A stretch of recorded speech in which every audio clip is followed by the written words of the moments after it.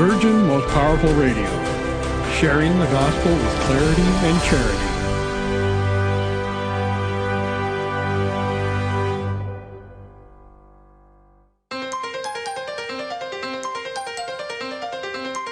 And now, Virgin Most Powerful Radio is pleased to present Hands-On Apologetics with renowned Catholic author and apologist, Gary Michuta.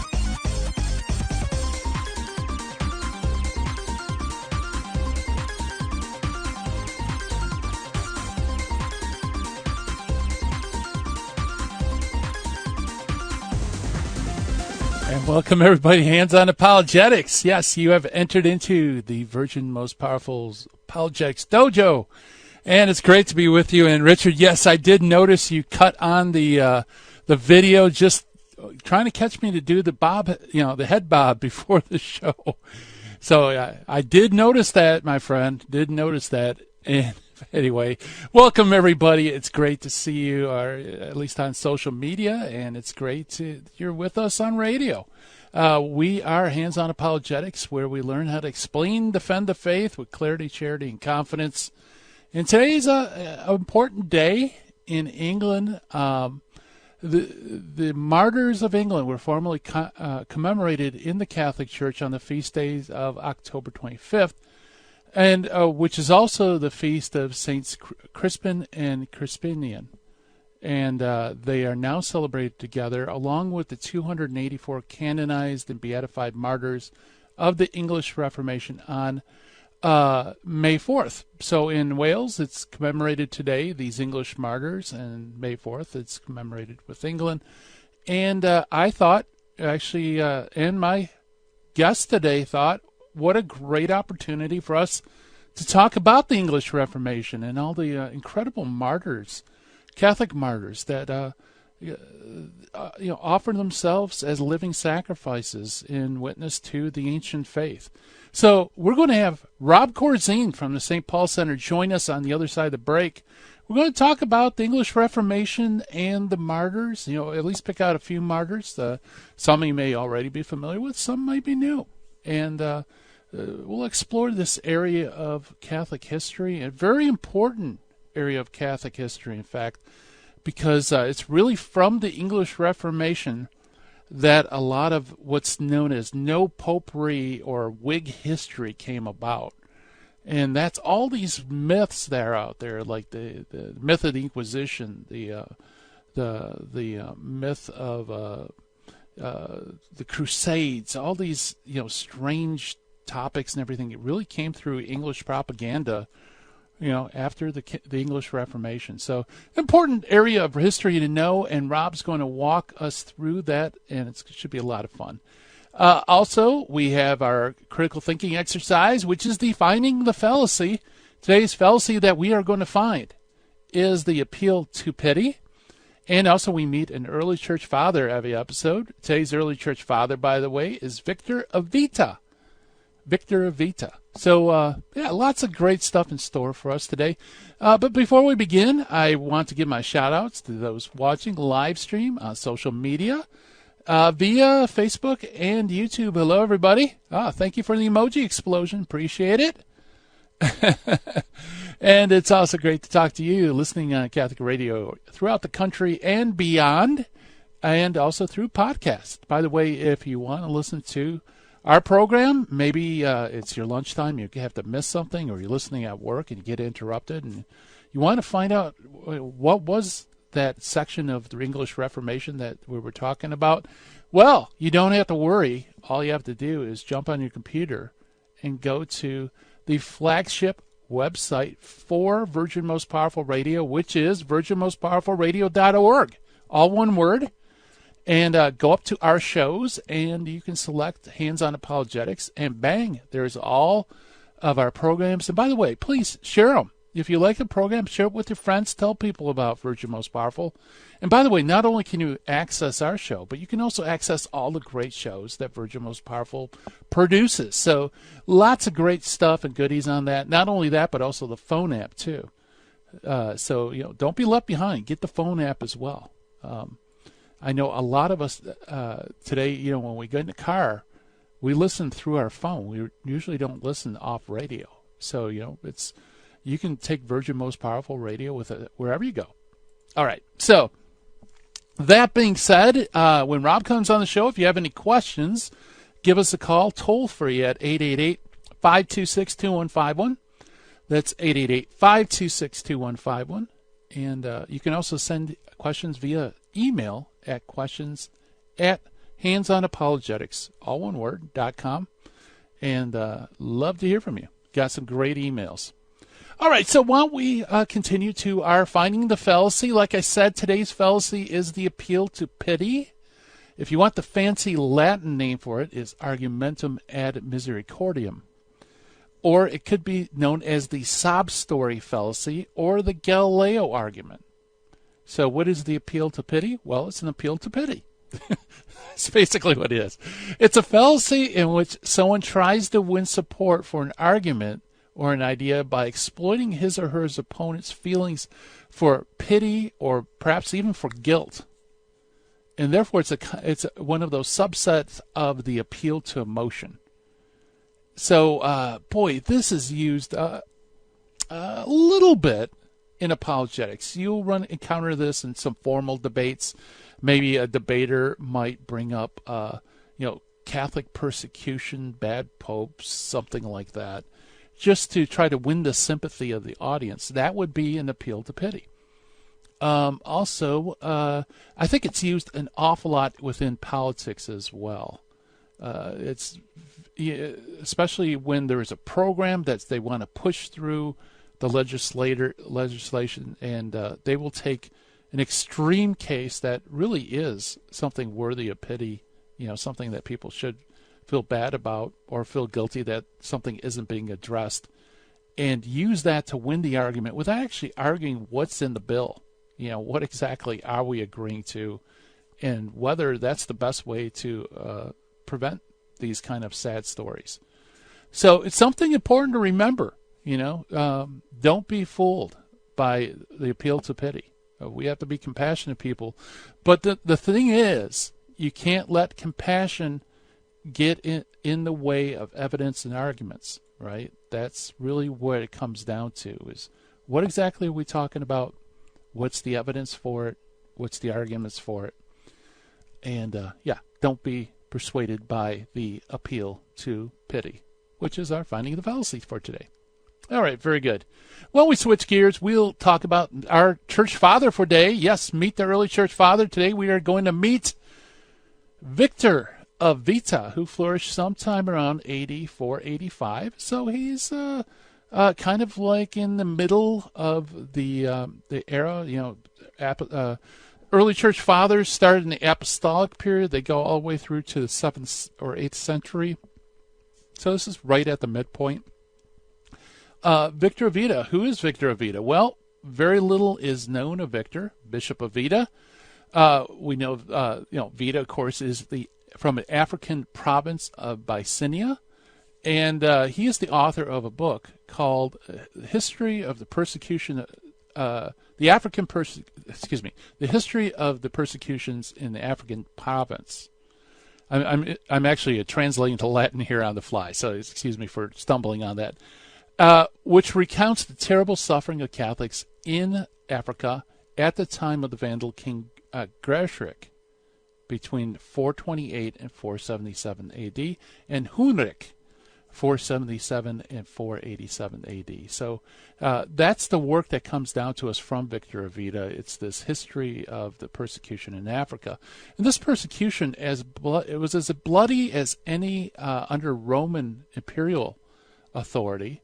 It was not a general persecution of Christianity as such, but a persecution of Catholicism as distinct from Arianism. So this persecution was aimed at Orthodox Catholics, as distinct from Arian Catholics. Arians, of course, that's a heresy that believed that the Son was created by the Father. He's kind of like the Father, but he's not equal to the Father. He's not co-eternal with the Father. That's Arianism. So this was actually unleashed at all those who held to that Orthodox faith. The Vandals were at least nominally Christian, But like all barbarian Christians, with the later exception of the Franks, their Christianity really came in an Arian form. And that was one of the big draws, by the way, of Arianism, was that it was more palatable for pagans to accept because they understood the idea of demigods, godlike creatures, and then the one, the eternal, the unknowable God. So the idea of the sun being a kind of demiurge, like a sort of godlike creature, fit right in with their pagan worldview. So Arianism was very attractive for pagan conversions, and so it's not surprising that the Vandals and all these barbarian tribes, when they became Christian, they gravitated towards Arianism because it's quasi-Arian in a way. So what about this history of the persecution of the province of Africa? We know it was written around AD 488, 489. In December of that year, the last chapter of the work recounts Hundrik's death. And we could place it right around that date. And let me give you a quote. This is an awesome quote for you, especially if you're talking to Jehovah's Witnesses that say, well, there's passages where Jesus seems to deny that he's equal to the Father. Well, listen to this. Because we confess that there are two natures in the Son, that is, true God and true man, having body and soul, whatever the Scriptures ascribe to him that is sublimely excellent power, we know we must attribute this to his wonderful divinity. And whatever is told more humbly of him, which is below the dignity of the heavenly power, we refer not to the Word of God, but to the manhood which he assumed. This then, as we remarked before, is what is said in regards to his divinity. The Father and I are one. So, great words from Victor Avita. And coming up on the other side of the break, Rob Corzine and the English Reformation. Stay tuned, folks.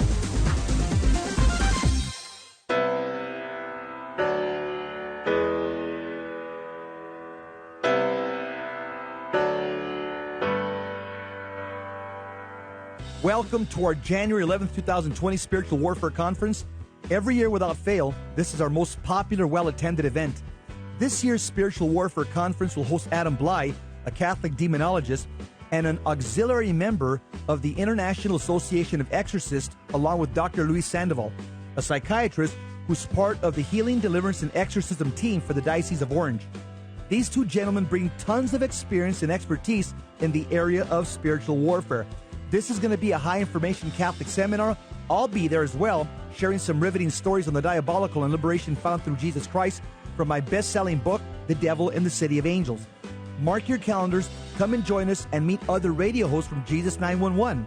Contrary to popular belief, spiritual warfare is not demon-centered, it's Christ-centered. Come join us and learn how to armor up and fight the good fight of faith. Catholics, wake up. Don't hit the snooze button. Join us at St. Christopher Catholic Church, 629 South Glendora Avenue, West Covina, California, on January 11, 2020. See you then. Strength and honor in Jesus' name.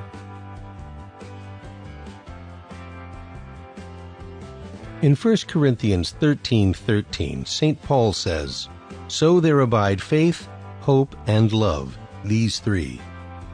According to St. Ignatius of Antioch, faith is the beginning and love is the end. And God is the two of them brought into unity. Then comes everything else that makes up a Christian. May God grant that we may attain all the virtues that make for authentic followers of His Son.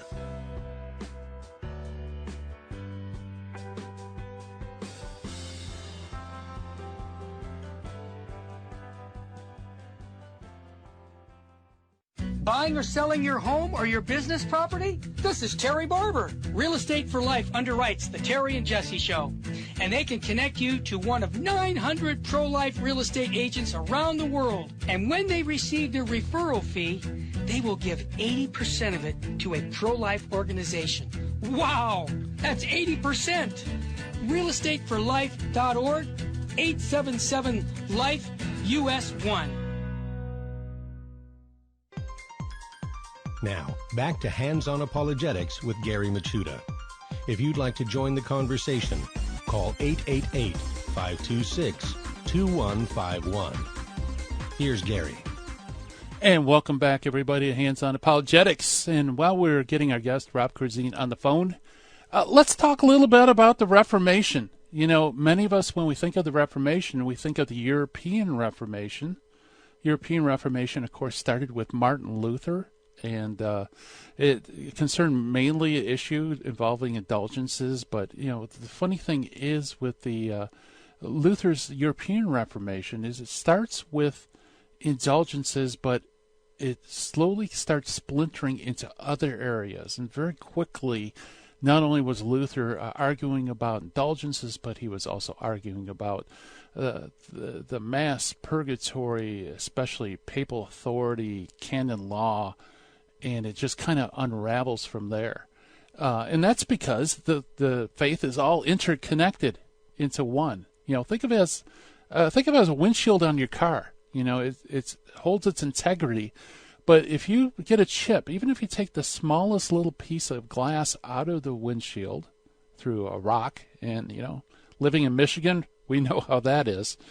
What happens? Well, it begins to splinter, and eventually the integrity of the entire glass begins to fall apart. And then what you have is a broken window. And that's precisely what happened with Martin Luther and the European Reformation.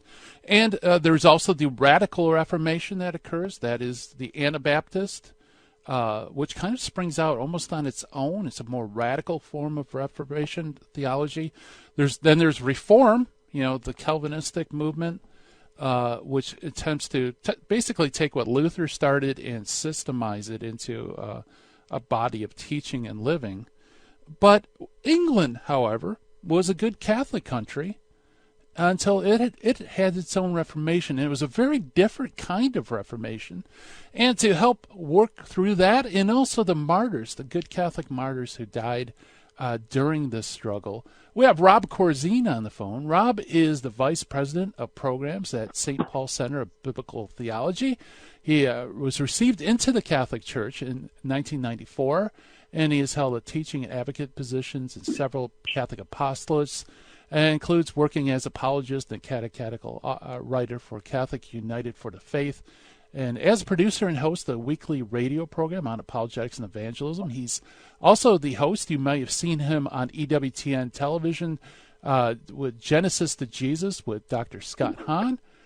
Rob holds a degree in humanity and Catholic culture from Franciscan U. And Rob, welcome to Hands on Apologetics. It's good to be here. Yeah, well, it's always fun to talk to you. You know, I forgot to add to your bio that you're also a nice guy. That's an important thing. That the man standing behind me with his hand on my shoulder when I came into the church in 1994 was the illustrious Catholic apologist, Gary Machuda. Oh, well, thank you. Yes. And that was well worth it, because you've been a gift to the church, and you do such outstanding work with the St. Paul Center. It's great to have you on the show. I love having you. I love to have you more often, but you're so busy. It's hard to squeeze in, you know, a program or two. Indeed. Yes. So I kind of set up, the Catholic England, you know, with Bluff King Hell, you know, the defender of the faith. I figured with the feast day being today on the English martyrs, what better way to celebrate their martyrdom by also filling in the history of the English Reformation. So why don't you start? Where do you want to go? That's right. I mean, one of the difficulties with the English Reformation is it's one word, but it's such a broad historical sweep from Henry, who really wants to be free from the Pope and to be head of the church. But that's about it. He is not by any stretch a Protestant. You mentioned defender of the faith. He was given that title by the Pope, Defensor Fidei, for his refutation of Martin Luther on the seven sacraments. And he highly prized that title. And England was at the time a very Catholic country. There were Protestant ideas coming in largely in the southeast of England, in London, which is a trading town, but they were very minority. And and mostly not operative in the country. So it wasn't a theological revolution like you had on the continent. It wasn't a social revolution. The English Reformation really was from the top down, and it was part of the same kind of conflict you'd seen between kings and popes earlier, but in the context of the 16th century, it got out of hand. And so that's Henry. He dies, leaving a sickly son under the care of very Protestant advisors, and so you have a very Protestant turn under his son Edward.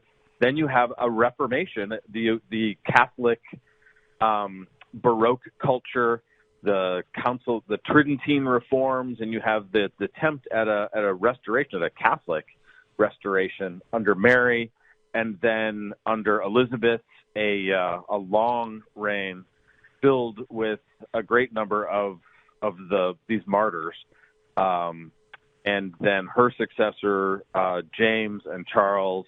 So the Reformation takes on a very different tone in very different times. The English Reformation does, and today's feast, the 40 Martyrs of England and Wales, are an interesting category. Martyrs, as you know, don't in order to be canonized, don't require a separate miracle. The fact of their martyrdom guarantees their passage into heaven, and so the Church recognizes martyrs without the usual process. And in this case, it was actually Paul VI in 1970, and they chose 40 martyrs out of the well over 200 English characters who had been martyred and declared blessed by previous popes. And so there are a range of men and women and religious and secular priests and lay people from all the different parts. But it's really all of the English martyrs. It's a much larger category than those 40 saints.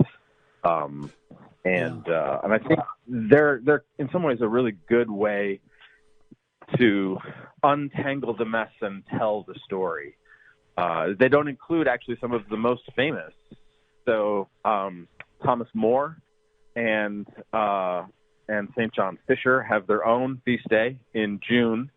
Oliver Plunkett, the Irish bishop, has his own feast day. So these are a selection, and maybe a good place to start is the proto-martyrs. St. John Houghton was a Carthusian prior. He was the prior of the Carthusian Charterhouse in London, where the young Thomas More had spent time praying and living and discerning whether he was called to be a monk. Houghton and his two confreres, priors from other charter houses in England, are the very first Carthusian martyrs ever, and the proto-martyrs of the English Reformation. And it was basically when Henry had declared himself head of the church, there were a lot of things that a king could do. A king could tax the church. The king hired a lot of priests, and the close working relationship, sometimes healthy, sometimes not so much, had gone way back into the Middle Ages without creating this problem. But Henry needed his divorce. He wanted a divorce from his legitimate queen, Catherine of Aragon. He had a mistress he wanted to marry.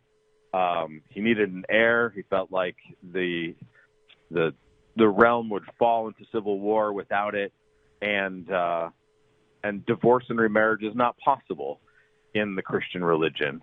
And the Pope wouldn't grant him a divorce, wouldn't grant him an annulment, and so he declared himself head of the church in England.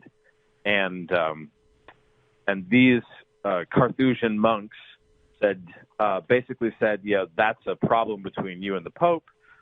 We just want to stay out of it. We request from the king a dispensation that we don't have to swear the act of succession and the act of supremacy. And for that, they were killed. And there was actually one other sign in that in their martyrdom. It broke about not just the fact of considering them rebels and executing them, but this broke about a 700-year tradition in Christendom. If there were crimes committed by religious, they could be executed and had been. But you always stripped them of their religious status first. And Father John Houghton and Augustine Webster and Robert Lawrence were martyred in their habits. It was Henry saying, "No, we want to break with the church." Wow. And so that was a sign that he was serious about becoming the head of his own church, about separating himself from the Church Catholic. And you can't be what Henry wanted to be, Catholic on your own. Late in Henry's reign, he passed what's called the Act of 6 Articles, suppressing Protestantism as well. So under the Act of 6 Articles, if you followed the Pope, you could be executed. But if, on the other hand, you followed Zwingli and denied the real presence of Christ in the Eucharist, you could be executed, and people were. Yeah. Yeah, that's true. Yeah. So it was, it wasn't that Henry became Protestant. Like you said, he wanted to essentially carry the Catholic faith, but without the Pope, and to have him in charge. That's right. He didn't even want there to be no Pope. He just wanted to be it. Yeah, right. For the Church of England. So it reminds me a little bit of I think Hilaire Belloc's observation that he sees all kinds of Protestants who deny that there's such a thing as infallibility, but when they talk about the Bible, they talk as though they're infallible. And so he said, our program is simple: fewer and better popes. Yeah, so boy, I didn't know about that as far as martyrdom in their religious garb. So, boy, I guess there couldn't be a half measure, could there, in that regard? No, I mean, in some ways, that would have been more scandalous to a lot of his contemporaries than executing them at all. That he chose to execute them in their habit. The presuppositions of the late medieval mind was that everyone, even if they deviated here and there, are really going to honor the kingship of Christ. And Henry meant to assert his own kingship. Right. Very good. We're chatting with Rob Corzine about the English martyrs and the English Reformation. More to come on the other side of the break. Stay tuned.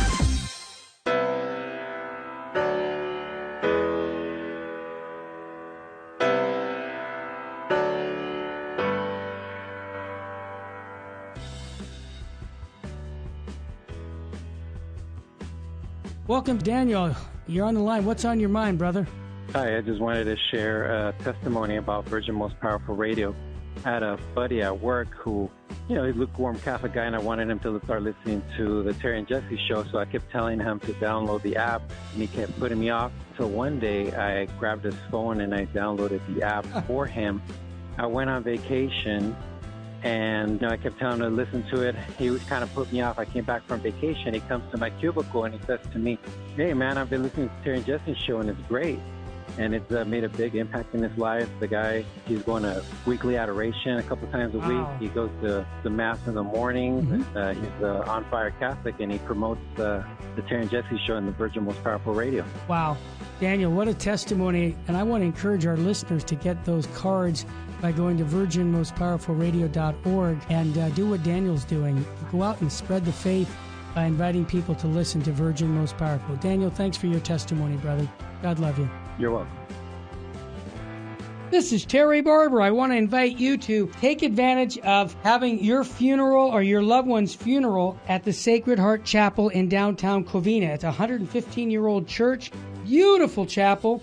And all you got to do is call me at 661-972-7872, and I'll personally make the arrangements with your mortuary to have your funeral or your loved one's funeral here at Sacred Heart Chapel. You won't regret it. 661-972-7872. God love you.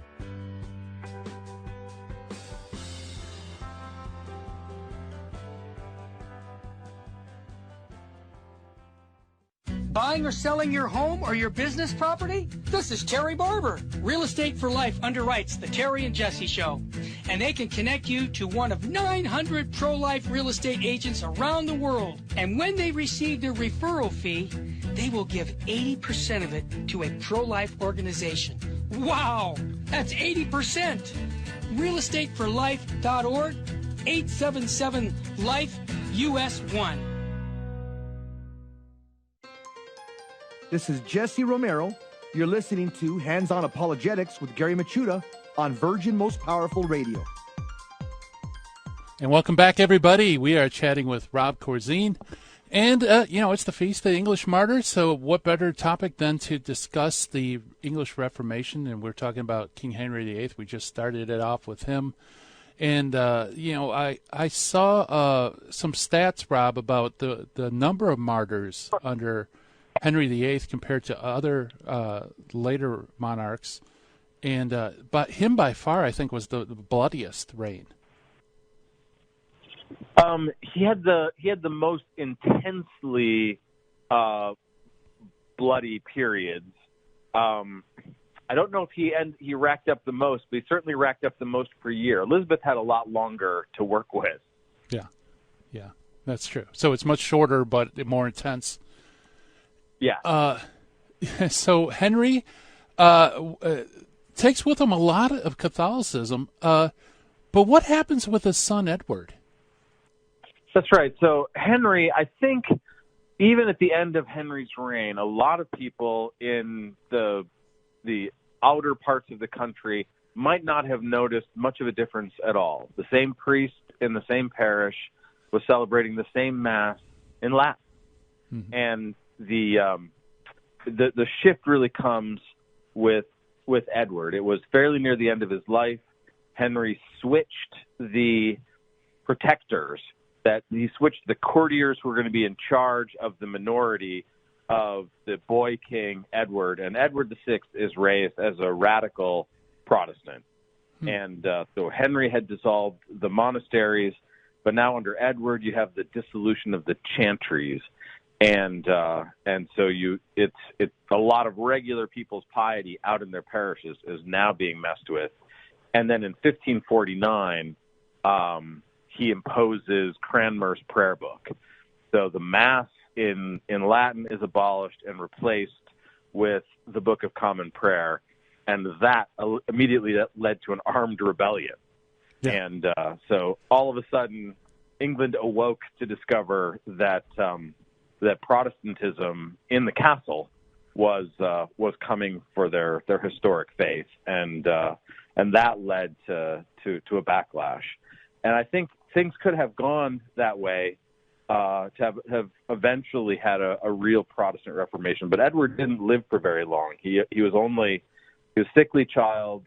He died still in his minority, and most of the drama of Edward's reign involves imposing the prayer book, involves a lot of political jockeying at court between the people who were trying to control in his name. And so the faith is in some ways unfunded by his work, but then he's followed by his older sister, the actual legitimate queen, the daughter of Catherine of Aragon, and you have the Marian Restoration.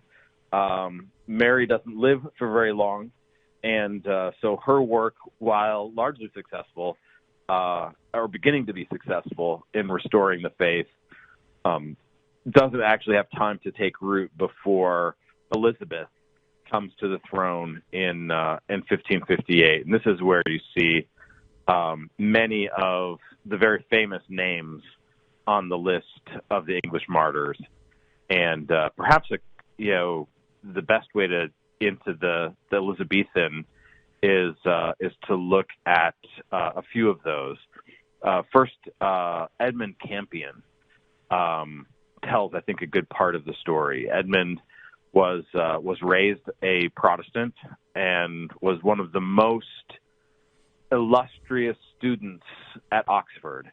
When Mary came, he gave the address. When Elizabeth came, the Queen came, the university put forward Edmund Campion as the exemplar of what they could do, and he hosted a debate in her presence. And at the end of that, had a lot of promises of patronage, both from Elizabeth and some of her favorites.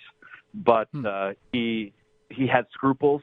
He was ordained an Anglican priest and then realized he could not continue that way. He needed to be reconciled to the church. So he crossed the channel, because no priests could be trained in England anymore. So he crossed the channel to the English seminary that had been set up at Douay to train English priests and send them back. Eventually he was in Rome and Prague, became a Jesuit, and then as a Jesuit priest got permission to come back to England to spread the faith. And his mission in England was very short.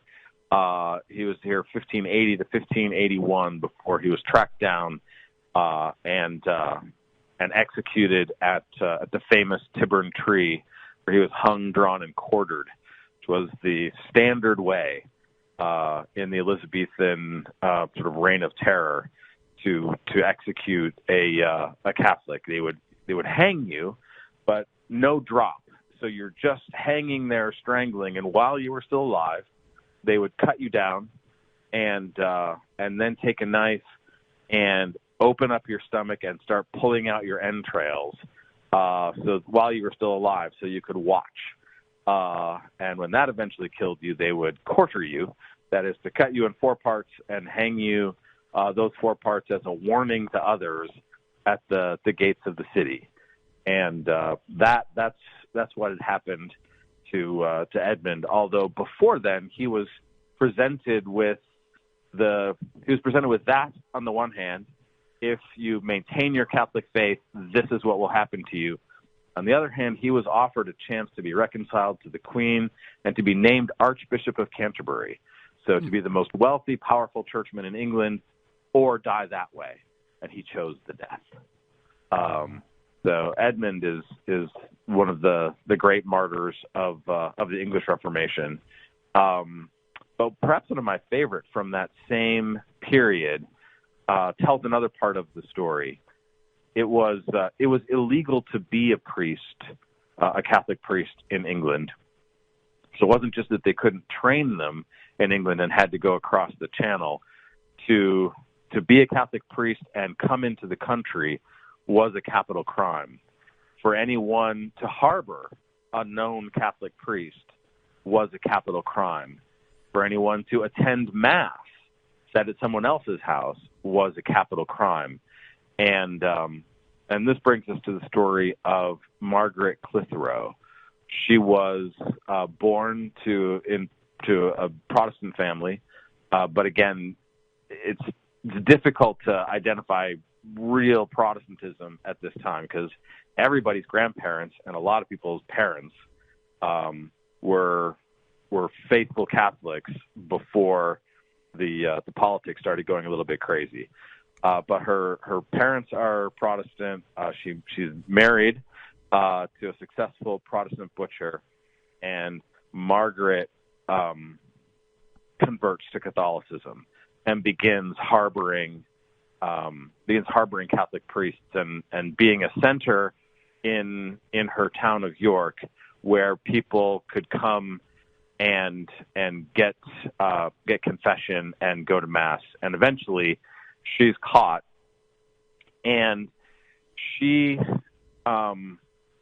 slips into this odd category in English law. Like, we in America have a constitutional right to remain silent. That comes from our founders' history in England of not having that right. And what Margaret does is refuses to plead. She's charged with being Catholic.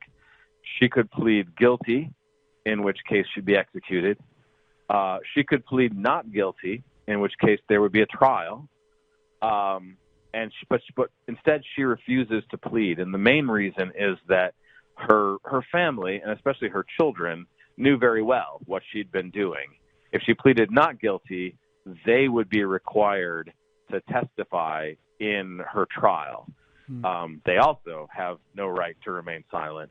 And so her children would be put in the position of either testifying against their mother so that she would be killed, or committing perjury to the danger of their souls.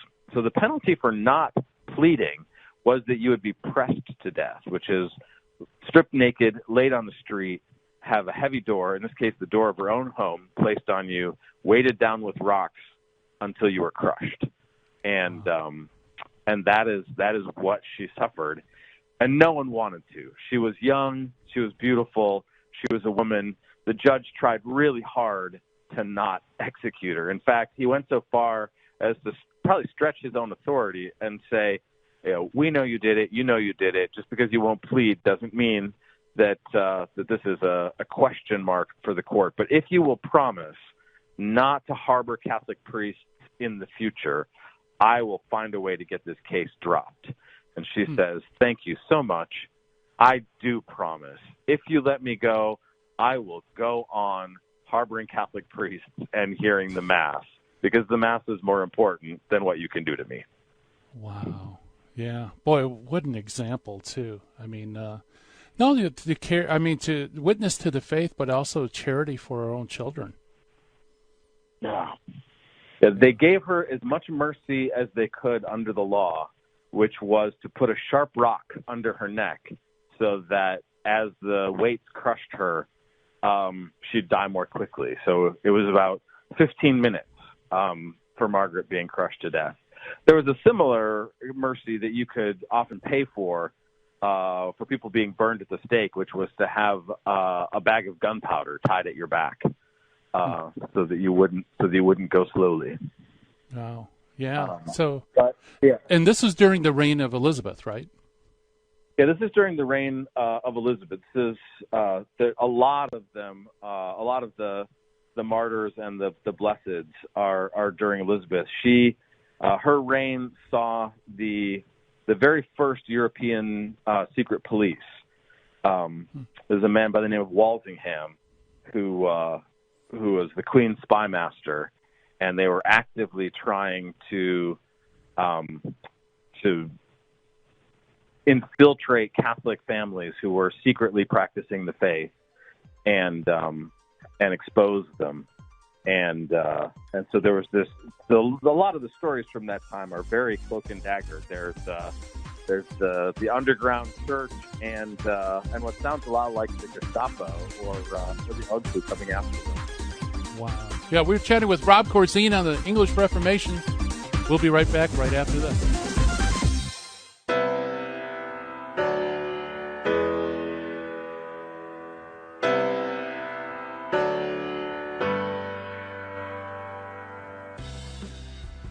This is Jesse Romero. And I'm Terry Barber. From the Terry and Jesse Show. And we invite you to listen to the Holy Hour of Power, High Energy Catholic Radio. We're two Catholics with a PhD in common sense. We're on Monday through Friday on Virgin Most Powerful Radio. What we're going to give you is masculine Catholic teachings on the faith. You know, we say we're too inspired to be tired, we're too protected to be dejected, and we're too renewed to be subdued. Why? Because we believe in Jesus Christ and His bride, the Church, and we will take each issue of the day and show you how the Catholic Church has the answer for our culture. What we really do is bring men back into the Catholic Church, which is about time to do. We want men to be leaders in their Catholic faith so that they can bring their family to heaven. Our program is not right versus left, it's right versus wrong, and our program is where Catholicism and culture intersect. It's High Energy Catholic Radio. We're going to inspire you to fall deeper in love with Jesus Christ and His bride, the Church. The Terry and Jesse Show on the Virgin Most Powerful app. In Luke 7, Jesus said, I tell you, her many sins have been forgiven her, because she has been shown great love. According to St. John of the Cross, Christians should always remember that the value of their good works is not based on number and excellence. Their value is based on the love for God that prompts them to do the works. May we always be motivated by true love for God and not worry so much about what we do, but why we do it.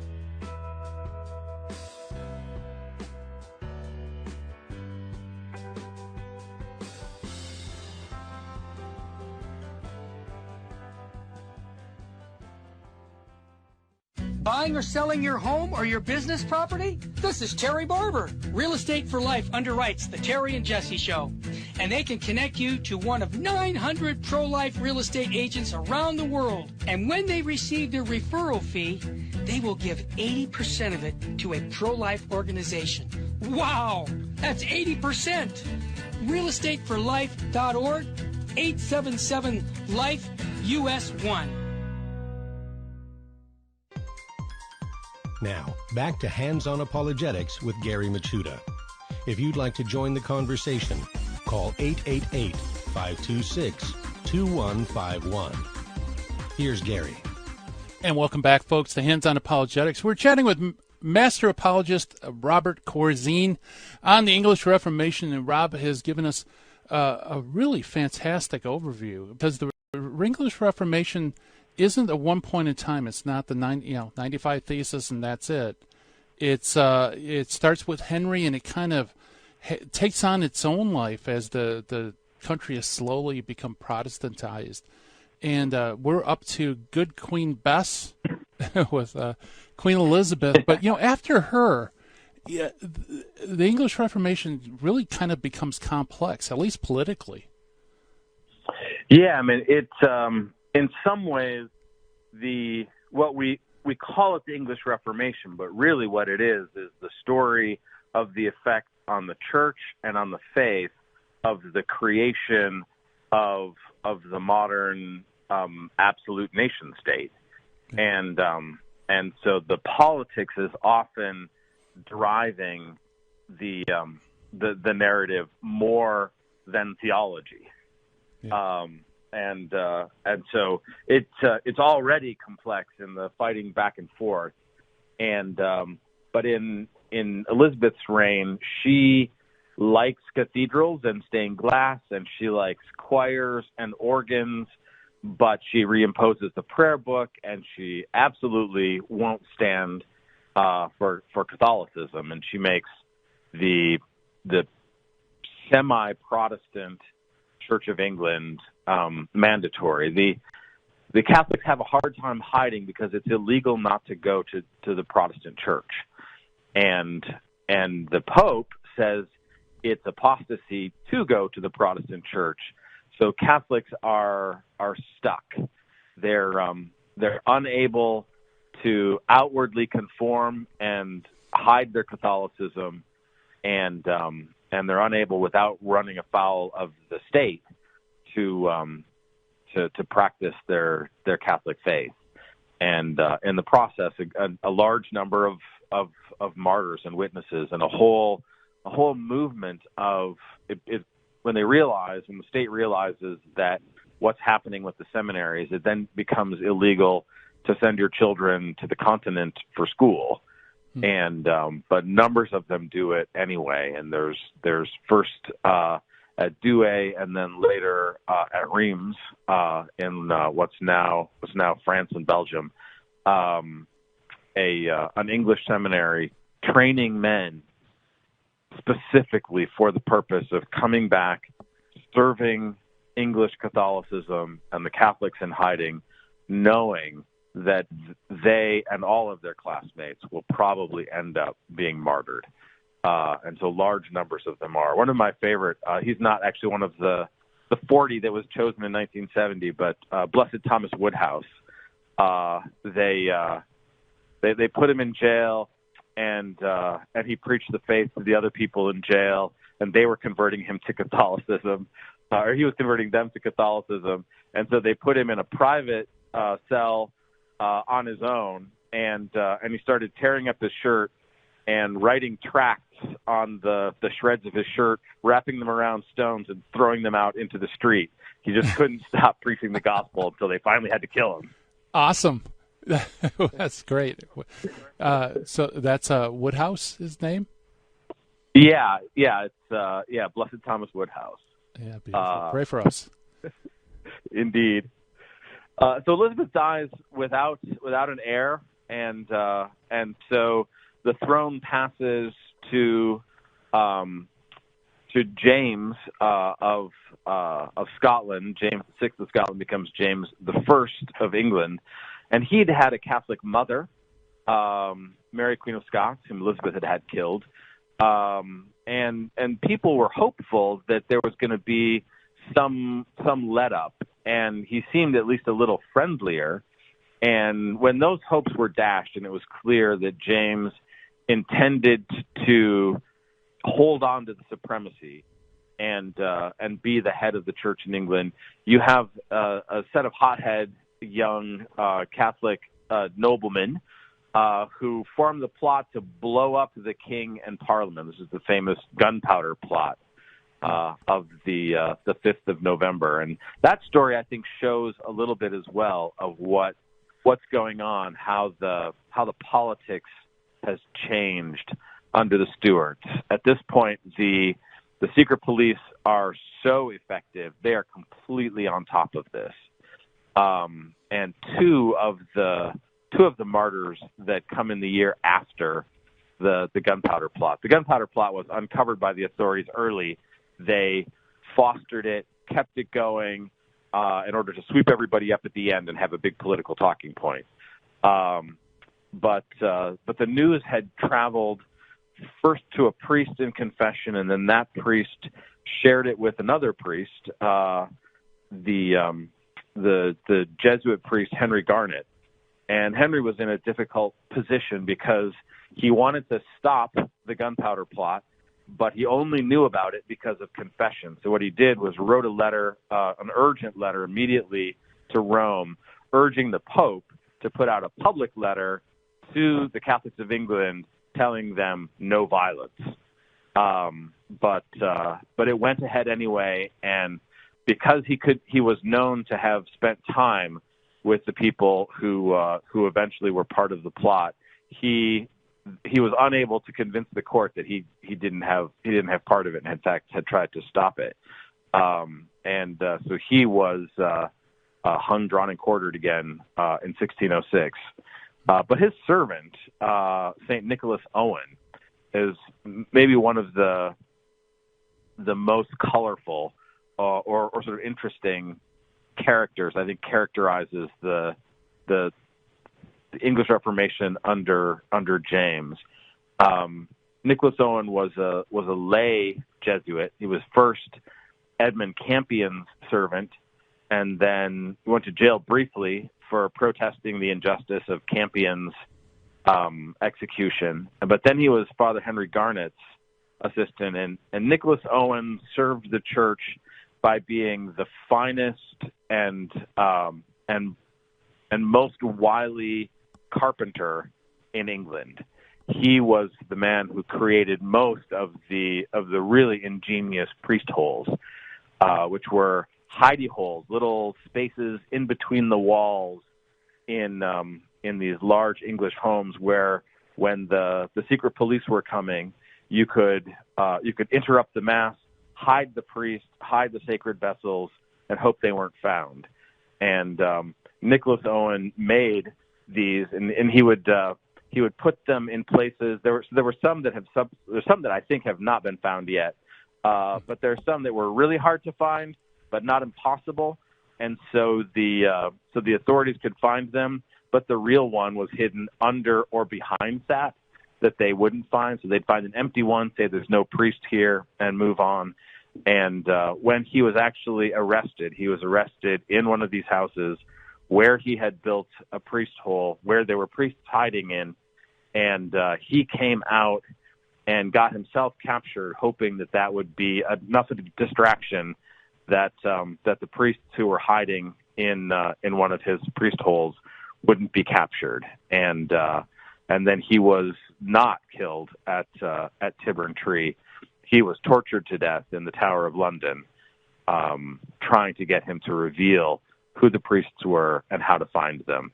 And so he gave the witness of blood in first in hiding them physically in homes, and then protecting them with his own life. Wow. Yeah. Wow. What a beautiful story. So, so Charles I turns out not to be, the great hope to restore England. What happens after Charles? So that was James the First. Oh, James I. I'm sorry. Yeah, this is the James of the King James Bible. That's right. Yeah, and and by this time you've got not just Catholics, but now Protestantism in England is divided into two warring camps. There's James with bishops and cathedrals and the royal supremacy, and on the other hand, there are the Puritans who want a simpler, no priests, no mass, no bishops, no cathedrals, no music, no images, no stained glass. They want a different kind of more continental, more Genevan, more reformed Protestantism. And so the King James Bible is actually a really interesting rapprochement between those two groups. There was a thing they agreed on was that the Catholics can never be allowed to come back, but in themselves, they had some pretty significant differences. But his son is Charles I, and it's during the reign of Charles I that this finally comes to a head. Charles is more friendly to Catholicism. He has a Catholic wife from France. He has some Catholic friends. It was actually Charles who granted to his Catholic friend Lord Calvert the charter to make a Catholic refuge in the New World that we now call Maryland. And he was not himself a Catholic in any manner, but he was friendlier, and his friendliness got him the enmity of the Puritans in Parliament, and his foolishness meant that he ended up losing his own head. He was the one who was beheaded by Cromwell, who then set up an explicitly Protestant military dictatorship for many years. And this, I think, brings us to, I think we're nearly out of time. Yeah. So I'll mention the martyr that kind of exemplifies that moment. The English Civil War begins in 1642 when the Protestants in Parliament rebel against the king. St. Ambrose Edward Barlow was executed by that king in 1641. He was a convert to the faith. He studied for the priesthood at Douai in France, and as well as in Spain. He was a professed Benedictine and then requested permission to come and preach in England. He was arrested 4 times but released, and then on his 5th arrest, he was executed. And the timing is telling. When the Protestants were saying you're too Catholic, the state started killing Catholic priests. Yeah. Well, thank you so much, Rob, for coming on the show. And by the way, if you want more information, go to stpaulcenter.com, and you can see all the great stuff they're doing there. Wow, I can't believe the hour has flown.